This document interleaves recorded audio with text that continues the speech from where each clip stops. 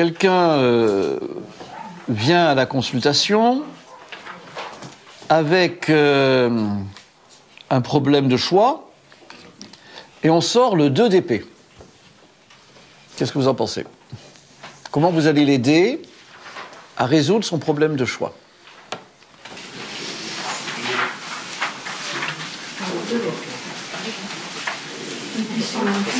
Comment? Ah oui, oui, l'épée, on est dans le... Oui, mais tu vas lui dire quoi? Comment tu vas l'aider à intégrer le 2 d'épée comme une piste pour résoudre sa difficulté? Peut-être lui demander quel conflit il a dans la tête. Ah oui, voilà. Quel est dans cette tête les deux choses qui... Tu vas... Est-ce qu'il va voir la maison 3? Non, mais on est juste là. Voir. Non, c'est pas ça. Oui, ça a à voir. Mais là, dans le contexte, on est juste. Vous avez une personne en face de vous et vous avez juste cette carte-là, rien d'autre. Okay. Hein, donc, qui peut le moins, peut le plus. On pourrait essayer de dire le contraire, je crois, mais là, en tout cas, en l'occurrence, c'est ça. 2 d'épée.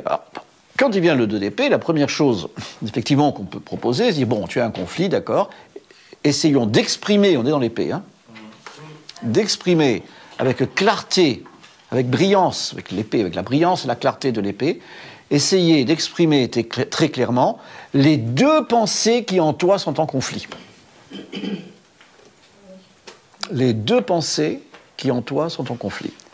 Donc, aider la personne déjà à clarifier son conflit, sa dualité, ses problèmes de choix. Par exemple, quelqu'un, un homme qui a à choisir entre 2 femmes. Je repense à un cas de consultation récente.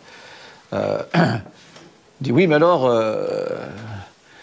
si c'est l'une, c'est pas l'autre. Hein. Ah ben, je dis, bah oui, ça, si c'est l'une, c'est pas l'autre.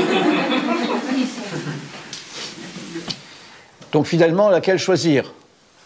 Quelle est celle qui sera le mieux amenée à être ma compagne? Ce à quoi moi, je peux lui répondre avec un 2 d'épée, mais est-ce que tu as envie de devenir le mari de l'une ou le mari de l'autre? Ce n'est pas un choix entre 2 femmes, c'est un choix entre 2 hommes.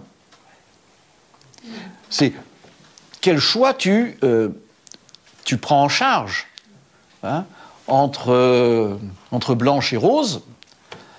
Est-ce que tu veux choisir Blanche ou tu veux choisir Rose? Ou plutôt, est-ce que tu veux choisir d'être le compagnon de Blanche ou tu veux choisir d'être le compagnon de Rose? C'est toujours soi-même qu'on choisit. Et ça, on n'y pense pas toujours. Donc le 2 d'épée, ça peut être intéressant pour ça, c'est-à-dire, il y a un conflit dans le mental avec 2 pensées qui s'opposent, en quoi ces 2 pensées peuvent nous ramener à nous-mêmes. Bon, ça c'est un premier élément. Deuxième élément, je pense c'est une phrase de Braque, Georges Braque, le peintre, qui dit « Il faut toujours 2 pensées, une pour tuer l'autre ». Et finalement, ben, c'est formidable, parce que penser, ça c'est un autre philosophe, s'appelle Alain, on ne va pas rentrer dans la philosophie comme ça, mais c'est un autre philosophe qui s'appelle Alain qui dit « Penser, c'est dire non ». Mais oui, enfin, dans le sens où la pensée, c'est de pouvoir poser une pensée et être capable de la contester pour en faire apparaître une autre, être capable aussi de l'autocritiquer, etc. Donc la pensée est un mécanisme dialectique. Et si c'est dialectique, c'est qu'il y a 2.